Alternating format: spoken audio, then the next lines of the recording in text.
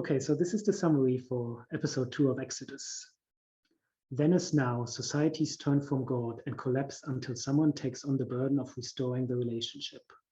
As Jordan and his roundtable continue to analyze Exodus, new themes emerge, including Moses' willingness to respond to God's call, man's relationship with the divine, the possibility of turning evil into good with God's help, and how people's willingness not to take a stand contributes to their downfall. Well, it sounds like some of the points that I have on here are pretty accurate to what they were talking about, since they summarized it that way. And I did not cheat and read that first either. So some of the points or one specific point? Well, I mean, the calling, God calls, do we answer was one. One. No, I don't have one. You can't make me do one. I can't do it. Okay, then I will start with one of mine. I will just read what I wrote down and see what happens. I want to start with my third point, which is what I call the last point. So it's about Moses and someone, I don't know who on the panel, said, because he doesn't speak well, he becomes a vehicle for God's word, because the speech doesn't come from him. And God says, I will speak through you. You will become a vehicle for me. And I resonated so much with that.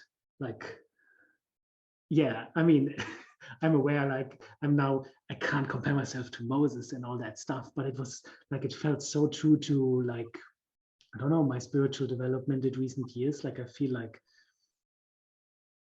and I'm noticing this energy right now, like, there's something that happens, and probably for me as Blast Glass, this is even more intense. Like, yeah, I'm noticing the shift in energy. Like, there's a more focus when I just let myself be spoken through. Like, when I'm not, and it's like, that's what my Blast Glass wants, like this effortless energy of just speaking, being spoken through and not speaking myself, like taking away the control of blasting. So it's like, obviously it's a cop out as well. Like, I don't want to blast, so I just let the divine speak. But I feel it a little bit right now. There's something like easing in me, like becoming, I also linked it to like presence.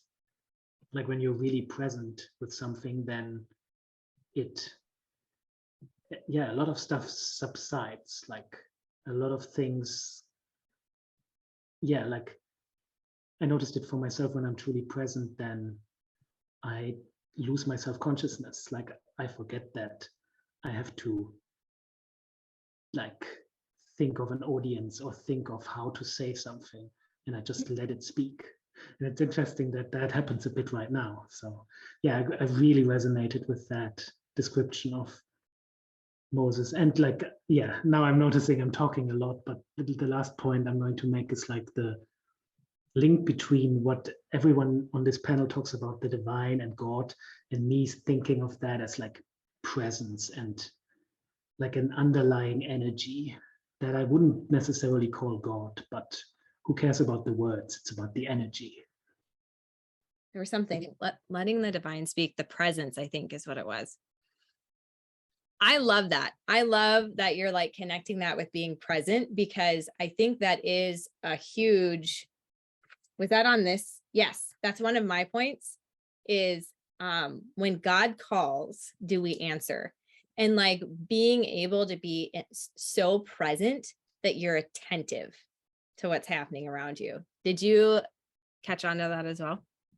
Yes, that's my first point. As you were saying it, I was like, yes, it maps to the first point where Moses says, here I am. And then someone on the panel says, attention as a kind of openness to the horizon of transformation is a precondition for revelations and for rationality. Like you have to be attentive and you have to actually notice when something like that happens, like a kind of openness to the horizon of transformation. And then that maps to something that isn't one of my points, but also someone saying that this kind of energy is in every moment. We just don't notice it, which then maps to the presence. Like as soon as we become present, it's here every moment. We're just it's forgetful. The whole, yeah, it's the theophany point. You know, I feel like several of the people on the panel were talking about, you know, Moses having a theophany with the burning bush, and it being Yahweh, and him speaking through the bush, and the bush isn't burning, and he's noticing that. You know, I actually just read in a Bible study that the reason why that's so unusual is because a burning bush in the desert is actually not uncommon. It's actually pretty common. So like you'd see a burning bush, whatever, but this one continued to burn and nothing around it was being consumed.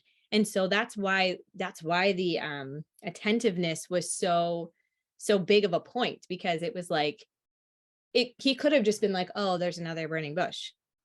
He noticed the small subtle difference, you know, that wait a minute, there's something divine happening here, just different.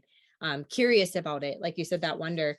So I think it's interesting, like just to tie it, like for me, because obviously I'm coming from a Christian lens, is I'm going, okay, so if I apply the conditions of wonder and curiosity to my life, being present, but also being curious to possibilities, like it's interesting. I want to talk a little bit in a minute about how much NE has to do with this point as well, but also being humble enough to explore something that you don't understand too.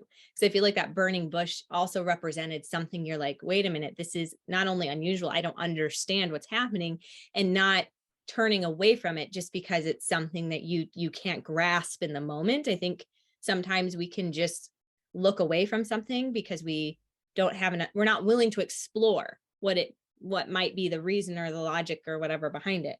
So I said, like, when we apply those conditions to our lives, no matter how mundane, that was another point that was being made, like anything can be a theophany, like any moment, as you stated.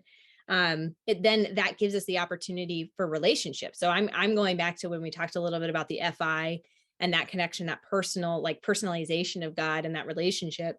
It's like, now I have an opportunity to like connect with the creator. I have an opportunity for, you know, prayer and communion and like saying like, wow, God, this is cool. You know, wow, what are you doing? What is this thing you're doing? And then saying, how can you use me in this moment? Like, how can I serve you? And then I go into like the DE, like, how do I serve others? Like, how are you going to use this to create community around me? And yeah. Yeah. And I'm more like Moses. I'm like, no.